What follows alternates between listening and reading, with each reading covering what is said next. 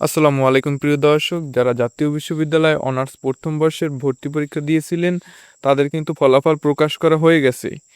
এর পরবর্তী যে কার্যক্রমগুলো রয়েছে সেই সম্পর্কিত আজকের সম্পূর্ণ বিস্তারিত থাকবে। তো ভিডিওটি না টেনে সম্পূর্ণ দেখতে থাকুন। তো দেখুন, এখানে কিন্তু পর্যায়ক্রমে 4টি অপশন দিয়েছে, এইগুলোকে আমাদেরকে সম্পূর্ণ করতে হবে ভর্তি পরীক্ষা পরের কার্যক্রম যেটা সেই বিষয়ে। তো 1 নম্বরের যে কার্যক্রম সেটা হচ্ছে মেধা তালিকায় যারা স্থানপ্রাপ্ত হইছে তাদেরকে অনলাইনে গিয়ে একটা চূড়ান্ত ভর্তি ফরম পূরণ করে সেই প্রিন্ট কপি ডাউনলোড করতে হবে। আর এটা 5 থেকে 17 তারিখের মধ্যেই, এই মাসের 5 থেকে 17 তারিখের মধ্যে একটা ভর্তি ফরম ডাউনলোড করতে হবে অনলাইনের মাধ্যমে। ঠিক আছে? তারপরে 2 নম্বরে একটা অপশন বলছে যে রেজিস্ট্রেশন ফি বাবদ ১,১৩০ টাকা, এটা অনলাইনের মাধ্যমেও জমা দেওয়া যাবে বা কলেজ কর্তৃপক্ষকে গিয়েও জমা দেওয়া যাবে সেখানে। এটা হচ্ছে এই মাসের 6 তারিখ থেকে 18 তারিখের মধ্যে।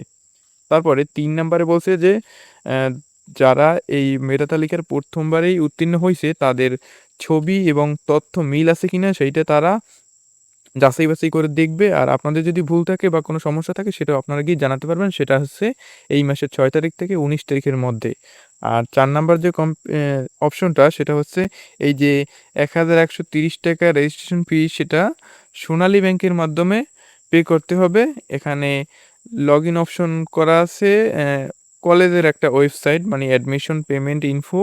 এখানে গিয়ে পে স্লিপ, মানে কিভাবে এটা টাকাটা পে করবেন সেটার একটা অপশন দিয়ে দিয়েছে। আর সোনালী ব্যাংকের হিসাব নাম্বারও দেওয়া আছে নিচে। আমি এটা স্ক্রিনে বড় করে লিখে দিচ্ছি।